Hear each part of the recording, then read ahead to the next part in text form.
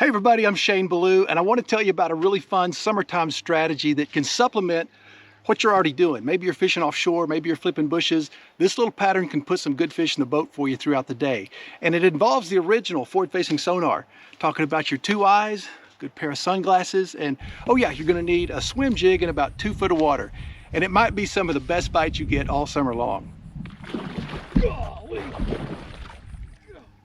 Okay, to make this pattern work, I'm looking for 3 things. I'm looking for really flat, slow tapering banks that look like they'd be better in April than August.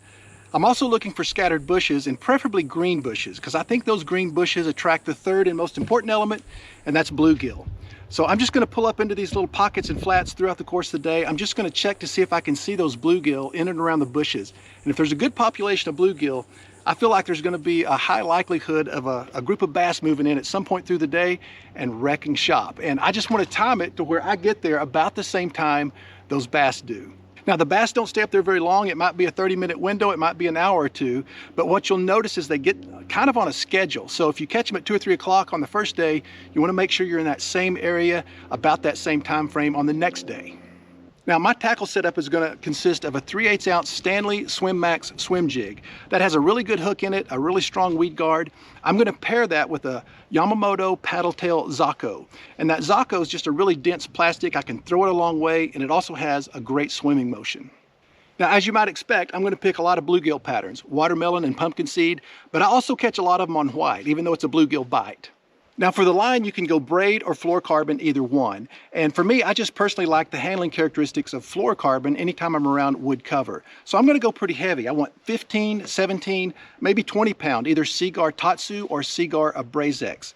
Now, both of those are really premium fluorocarbons, and they have excellent abrasion resistance for obvious reasons around the bushes. But Tatsu in particular is just a really soft, low memory line, and that's not always the case with those heavier test weights. But Tatsu gives you the opportunity to spool it on at the first of summer, and you can still be fishing that line late in the summer. Now, if you're a braid fan, you can definitely go 30 to 50 pound Seaguar Smackdown. That's a really smooth 8-count braid. It comes through the line guides really quiet. And I would go stealth gray just to mute that line color in the water. Okay, so the technique for catching these shallow bass is pretty technical, so you might want to pay attention. You're going to make a long cast up near the bushes. You're just going to reel it back to the boat. Yeah, there's nothing special about it. You're just trying to cover water, and like I say, it's a timing thing. So if anything, I'm going to keep my rod tip pretty high in the water. I want that bait just under the surface. I'm going to keep a pretty fast retrieve with my reel handles, and I want those bass to think that there's a squirter trying to get off the flat.